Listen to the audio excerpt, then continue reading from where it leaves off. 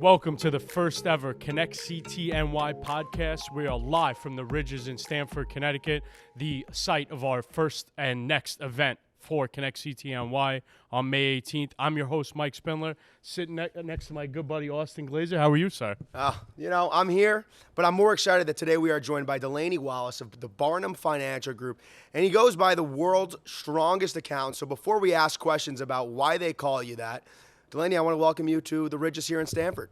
Thanks, my man. Appreciate being here. Love it. I'm excited for today's podcast. Let's go. Go. We're starting off with a bang, right? With a bang. With a huge bang. Right. They made us clap in front of our faces, and I felt the wave of adrenaline just pass through me.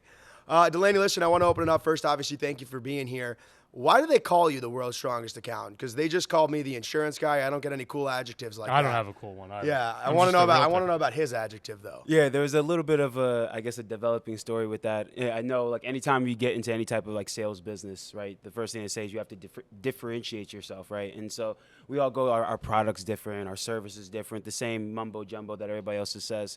But I just happen to have this love and this passion. I've always been working out my whole life, and I just so happen to be the IPF 2022 83 kg world champion. So the world champion, I was part of the U.S. national team, flew out to South Africa, 120 nations all in one spot, and ended up getting the gold medal there. And so congrats, man. If I'm one of the strongest men in the world, I just assume that I'm probably one of the strongest financial advisors or strongest accountants alive. And so I just had that name, and it kind of coined it, and it just kind of took off from there. Very cool. So all right, so hit us with what's your squat numbers? Hit us with the numbers, man. You're just gonna put them on the spot. Put them on the spot. Okay. On the spot right there, right? My best squat in the gym is about 700 pounds. My best bench is 463, and then my best deadlift is about 750. What about yours? What are your numbers, Mike? Nothing like that. Basically, he could squat both of us combined. You want to jump on his Should we back give right it? Should we give it a shot? I mean, I think our video guy would be pretty upset if we just got up in the middle of the episode. You know, He squats at the table. that's it. Yeah, it's a little bit too early in the morning for me. Yeah, he's got to warm up first. I'm more of a night guy. Yeah, he's got to warm up first. Come on. So, Delaney, I got a bunch of questions. So, my full-time gig is insurance. I don't have very many other side projects. What's your full-time gig besides the powerlifting and stuff? Tell us a little bit more about you at Barnum. What do you do? Yeah, so I know my name or my coined name is the world's strongest accountant, but really by trade, my profession, I'm a financial planner. Really, I have three major niches, right? My first niche is working specifically with nurses and nurse practitioners and those in the healthcare field. That's kind of how I got into the industry, and we can kind of talk about that. My second niche is obviously just, kind of broadened out to just the general moms, dads, just individuals in general. But then my third niche, which is really the biggest kind of passion of mine, where we really move the needle, is just in strategic tax planning and how can we create 5, 6, or 7-figure deductions for business owners when they're paying 40, 50, 60, 100 plus grand a year in taxes. I think the biggest bill we all have in our life is, the good old IRS Uncle Sam there. Can't so avoid that. How can we move the needle, push more of that money into our pocket opposed to giving it to Uncle Sam and on that end? Sure. What made you even get into that industry? Like, what was the kind of like motivation behind getting into that field? Yeah, so the funny thing about it is I actually had an internship with Northwestern Mutual my sophomore year of college, and before I even stepped foot in the place, I was like, I will never do financial planning, insurance sales, investments, the whole 9 yards. It just turned me off to the industry of how they built their practice. And I was actually training for the NFL Combine, coming back and forth from Pace University. Did you know that? I did not know that. Wow. Yeah, so the story behind That's that. like a fun fact. I wish I knew. Wow. Yeah, you kind of dropped that on you. Yeah, So that's a cool one. I actually graduated college a semester early, so I graduated in 3.5 years instead of 4. Wow. And I used that spring semester to go and train for the NFL Combine. So I was back and forth between New York and position Jersey. were you? Running back, slot receiver. I really would have guessed running back. Yeah, I don't meet the height requirements for anything else. So How tall are you? about 5'8", You 5'9" and if I Darren have Sproles. Darren Sproles, is yeah. 5'8", right? Yeah. Hey, look, I think Brees Hall has an ACL injury. The Jets might need a running back, bro. Hey, I might be a little bit past my prime on that one. It's been a couple years since I strapped on. But I some bet you cleats. could squat more than him. Probably. Yeah, there you go. I'll take that one to the bank. So you were training for the NFL Combine. Continue. Yeah, and one of my friends that I went to college with, he was actually interning at the first firm that I worked at, and I met the guy, the owner of the firm, and he just had a different approach to planning, to finance, to insurance, to investments that just seemed more holistic. It seemed personable, and literally, one interview. they loved me, I loved them. It kind of just got your licenses, and it was kind of just baptism by fire, right? And so much like both you guys, you get your licenses, baptism by fire, go make money, try not to, go broke in the process and put food on the table and, survive on ramen. And I found very quickly that it was hard to play in other people's sandboxes that have been in the industry for 10, 20, 30, 40 years. And so I can either fight them for their market share, I could create my own sandbox. Ironically enough, the first client that I ever met in my entire life happened to be a nurse. We did super great work together. She wanted to leave the bedside of nursing, start her own business. She started her own yoga practice. It was great. And just because of things that have happened in my past life, which I'm sure we'll get into, Austin, we've spoken about, I had a really bad accident when I was younger. And so I was in a coma for a week, the whole 9 yards. I was supposed to die. Like it was like this whole event, right? And so I always had this like affinity, this love, this connection to those in the healthcare field. And that's why it was so ironic that my first client just happened to be a nurse. Right. And so just enjoyed the process with her. I decided to kind of go all in on, hey, I'm just going to be the nurse guy. And so for the next 2 or 3 months, I just interviewed nurses again and again. What do you want? What do you need? What are you looking for? How can I help? And kind of created a process. And from there, it bloomed from nurses to chiropractors to physical therapists to doctors to business owners to what it is now. Right. And yeah, that's really just how I got into the field. It's just I happened to be walking up the steps, bumped into a friend at the right time, or else I'd probably be working for Lockheed Martin or something, That's pretty wild, man. So tell us, you touched on, kind of what happened in your life, prior to meeting that nurse. If you want to share some of it, I've heard your story before. I think it's one of the most wildly inspirational stories I've ever heard.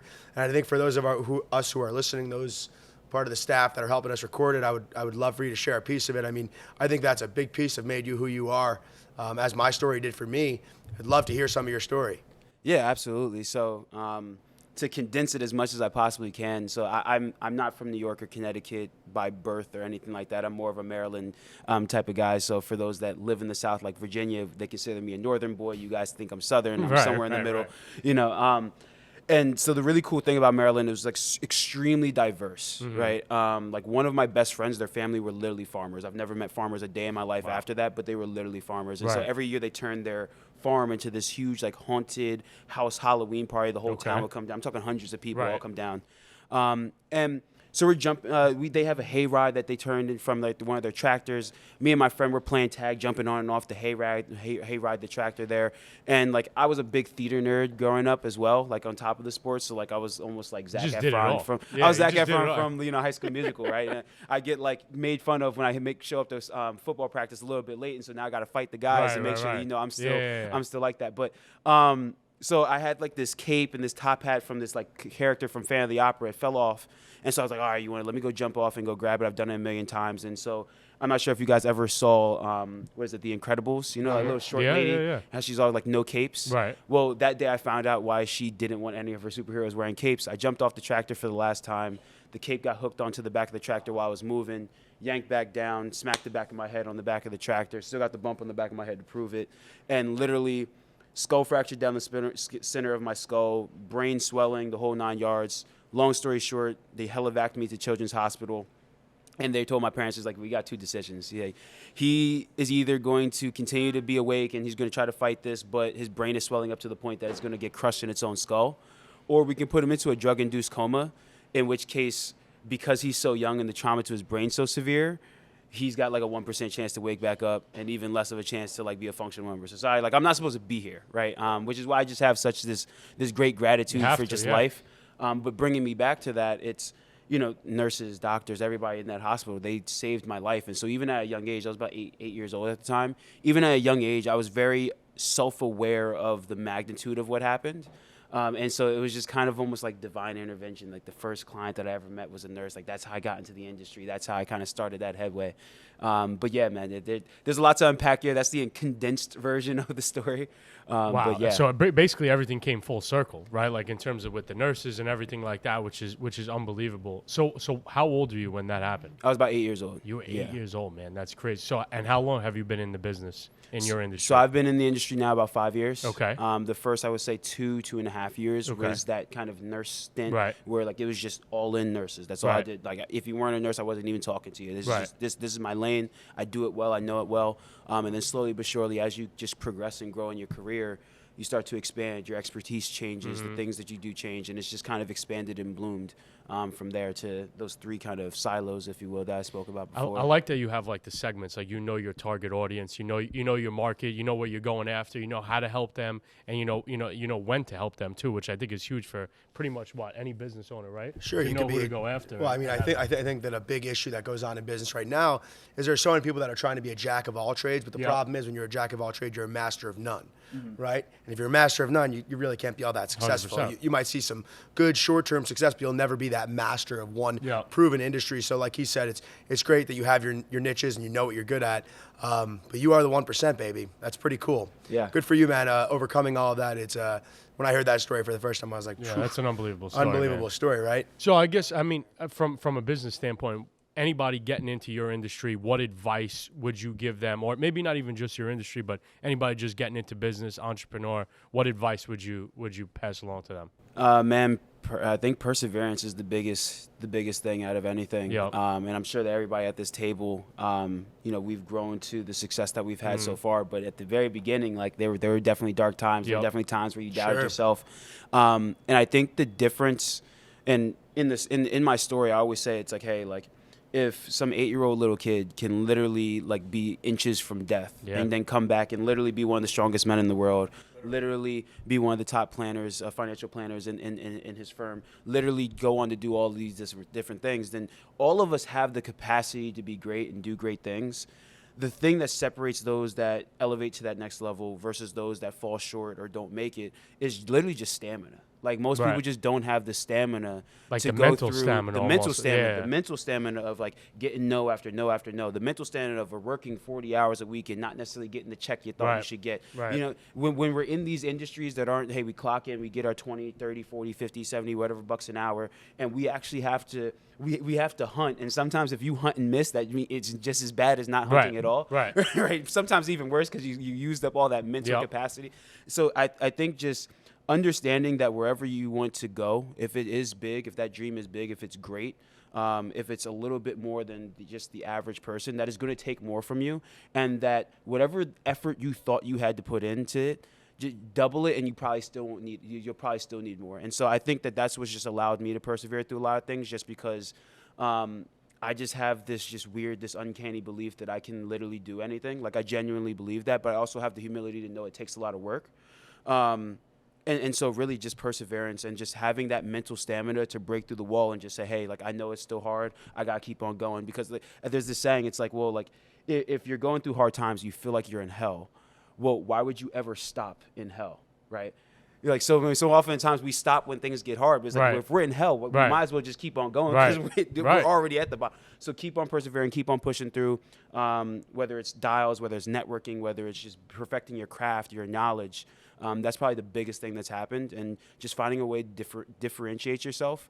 And I just truly believe that I can collaborate with everybody. So don't take any relationship for granted. Like I think I can find a way to collaborate with anybody. So I know you asked for one, I gave you a couple, but that's just my thoughts. I think I want to run through a brick wall right now. Mike, do you feel you feel the floor right now? Is that you feel the rumbling of the floor? This guy's unbelievable. Boy, I got goosebumps.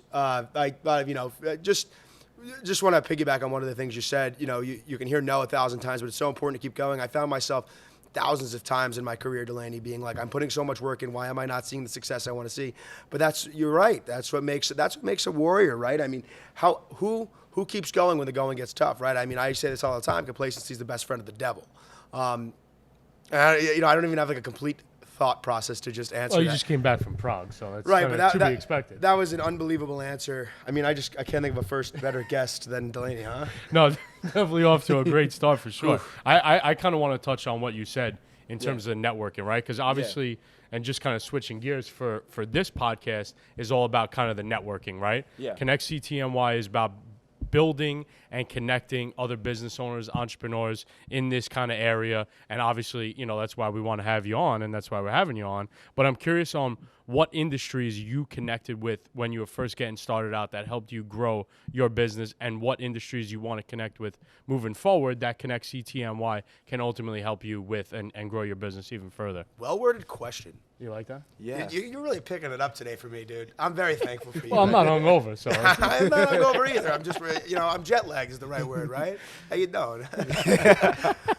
Yeah, I would say at the beginning of my career, you have like the property casualty insurance agents, you have the CPAs, you have those guys, maybe other insurance agents, things of that nature.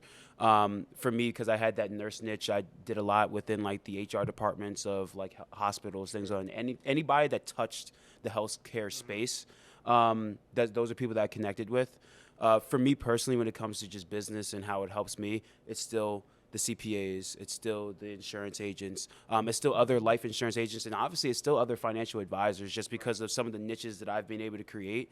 I can actually play and collaborate with other financial advisors and help them actually grow their practice and give their clients, more income, cash flow, whatever to do what they need to do to build their financial plan. So definitely those spots. Real estate agents, self-employed people, really anybody that's paying over 40 grand a year in taxes and you're self-employed or a business owner, I would love to connect because there's ways for us to kind of help you out on that front. But past that, really anybody, I genuinely believe, I said earlier, I believe that I can collaborate with anybody, any industry. I don't care if you're a florist, I don't care if you're a janitor, I don't care what you're doing. Please connect with me, because I promise you that I think that there's a way for us to collaborate, or at the very least, there's somebody that I know that you should know. And I just, in my field, my job is to be that liaison for my client to allow them to make good financial decisions. And that branches outside of just the insurance, the investments, the estate plan, like those things that we all talk about real quick, those quick jabs, like everybody has those little like keynote words that we just kind of throw in there. And so if they need a PNC guy, I have a guy. If they need I'm right here. If they need somebody to, you need somebody to help them buy a home, I got a guy. If you need somebody to help you clean your apartment, I have a guy. And so part of the value add to that when you come talk about planning is being able to vet out and have a connection, this network of people that have different areas of expertise that all fall into their world. And so, CPAs, accountants, insurance brokers, other financial advisors, agents, all that. But really anybody and everybody at CT, I'm going to be here. Please connect with me. Please connect with me, and let's do that there. Delaney, I want to say, first off, thanks for making me feel like I want to run through a wall right now. Good way to start the morning. Thanks for being one of the best guests. Prior to this podcast, I hosted my own, and thanks for being one of the best guests I've ever interviewed. And, we want to say thanks for sponsoring our event on May 18th at the Ridges here in Stanford. And let's do some great things. Now, guys, cheers. Absolutely. Cheers, guys.